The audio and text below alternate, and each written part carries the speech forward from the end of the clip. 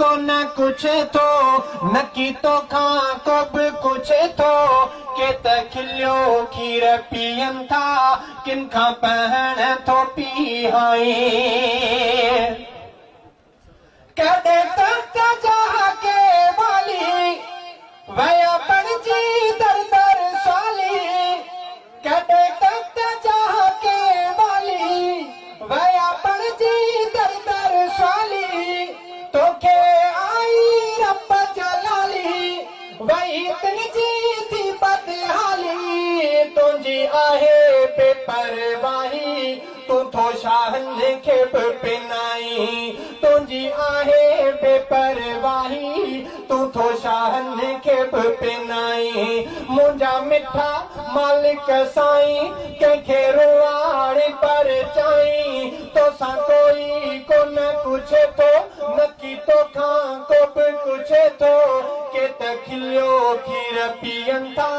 किन खां पहण थो पीहाई के त खिलियो खीर पियनि था किन खां पत्थर थो पीहाई कोई एॾो ग़रीब थिए थो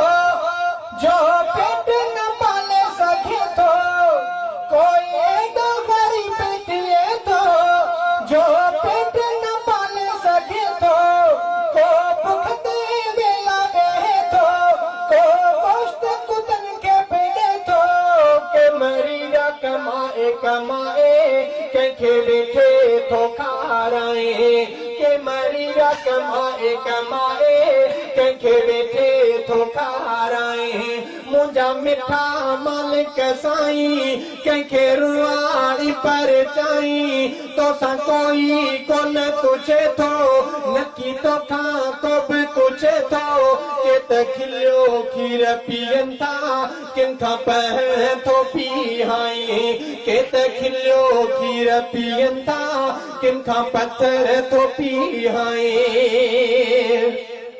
पयो मिठो न पियो करे थो पढ़ो कलमो चाचा चवे थो पयो मिठो न पियो करे थो पढ़ो कलमो चाचा चवे थो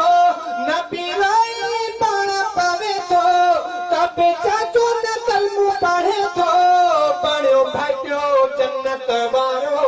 ऐं चाचो पाए पुॼाई पढ़ियो भाटियो जन्नत वारो ऐं चाचो पाए पुॼाई मुंहिंजा मिठा मालिक साईं कंहिंखे रुआणी पर चाई तोसां कोई कोन कुछ थो न की तोखां को बि कुछ थो के त खिलियो खीर पियनि था किन खां पहण थो पी